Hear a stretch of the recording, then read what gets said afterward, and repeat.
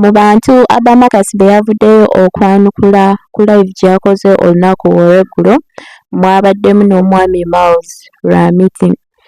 Era Miles Rwamiti yakolako awo interview ne TV emu nga bamubuuza ku nsonga za Abba Marcus. Era yavaayo n'agamba embuno babba gye babitaddemu nnyo omuzannyo babifudde comedy, babifudde ebintu bya kuseka, kyokka ng'ensonga ziri serious balina ogamba omwana Abba Marcus balina omugamba ebintu ebituufu nga baggyeemu omuzannyo. Awo nno Abba Marcus yamuwagidde n'amugamba kituufu nnyo babba gye babitaddemu omuzannyo babifuusizza comedy, kyokka nga zino ensonga ziri serious nnyo, naye bo badda ku National TV ne babifuula comedy, mbuno ba actinga stupid mbu beefuula basiru bwe bavaayo ne boogera ebintu bya kisiru byokka. Awo Abba Marcus yamuwagidde, naye wano eno Abba Marcus we yavuddeyo n'atabuka kubanga mu interview era Miles Rwamiti yagenda maaso n'agamba buno Daniela agenda tuuka ekiseera ng'anoonya omuntu ayogereko ne Abba Marcus, nga Abba Marcus ameze ebiwawaatiro nga yeefudde kiwagi, nga naye kennyini maama we amulemeredde bw'anoonya abantu bayogereko naye nga tewali muntu yenna asobola kuvaayo ayogereko ne Abba amugambeko kubanga bonna abayisizaamu eggaali. Awo nno Abba n'atabuka n'agamba mbuno engeri Miles Rwamiti gy'ali okwogeramu kimulaga mbuno ayina ekintu munda ye.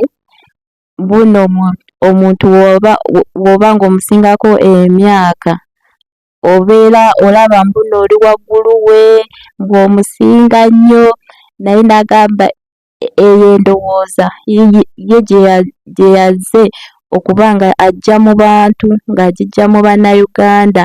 N'agamba muno ye Rwamiti talina kyamusinga, naye kennyini Abba mbu talina kyasinga Rwamiti mbu lwakuba ava mu famire y'Abakamiliyoni nedda.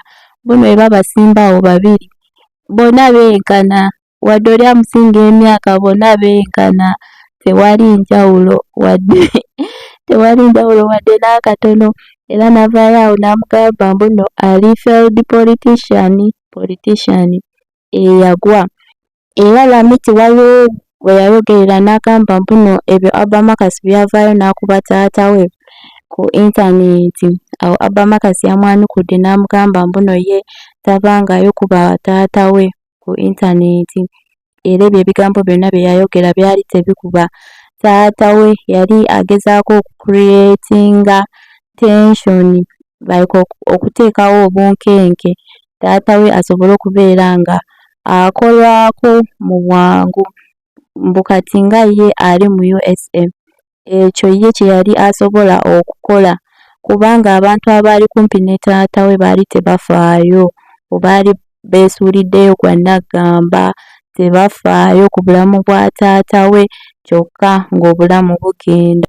Era mbu ye kye yali yeewala oba in case nga taata we afudde ng'obulamu buweddewo kyandisapurayizinze nnyo abantu. Bannayuganda bandibadde so surprised kubanga baali tebamanyi kigenda mu maaso mu bulamu bwa Kamiliyoni.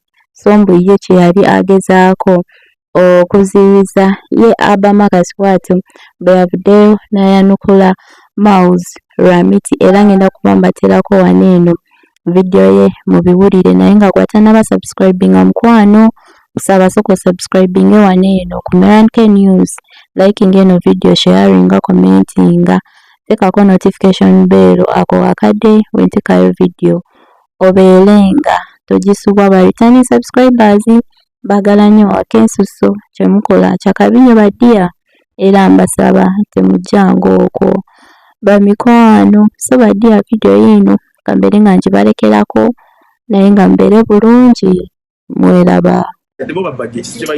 That's true. Exactly.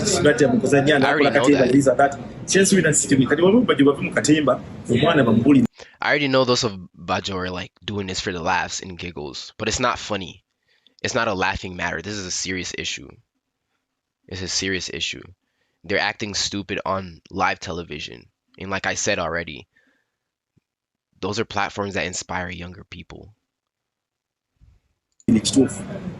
Okay, bamulamugamba ekyokola si kirungi okumuddamu si ensonga ekikulu kyakuba nti bamubuli ekituufu ekyokola. Abba Marcus agenda kutuuka ekiseera nga mugamba we yeegayirira abantu abakulu ogereko ne Abba bintu ebimu. Nobody will do that. Bwe twawukana it's okay. Naye omwana omutwate otya osala kyegamba so nekyo. See, this is exactly the mindset that I'm trying to change. This is the mindset that I'm trying to change. You can clearly see he has an ego because he's the elder. You can clearly see. Abba mwana muto. You can clearly see. You can clearly see he has an ego because he's the elder. And that's very wrong. If we stepped on a stage, me and him are equal. I'm not better than him because of my dad or because of my family. He's not better than me because he's older than me. We are the same. And anybody in this chat, if we stepped on a stage, we are equal. Oh, Murchie's a political failure. That's crazy. But what I don't agree, social media, it is very wrong. Of course, I feel Ugandans. Again, I was not pinning my father. You understand what I'm saying? I was not pinning my dad. I was bringing attention. Like I said earlier, I was trying to create a sense of urgency about the circumstance my father was in. Because clearly the people around my dad did not care enough. So I have to be all the way here in the United States and then do what I can, you know what I'm saying, to get the eyes on my dad. Because I don't want everybody to wake up the next morning and they're like, oh, Yafudde, what happened to him? And it's a surprise to everybody. You know what I'm saying?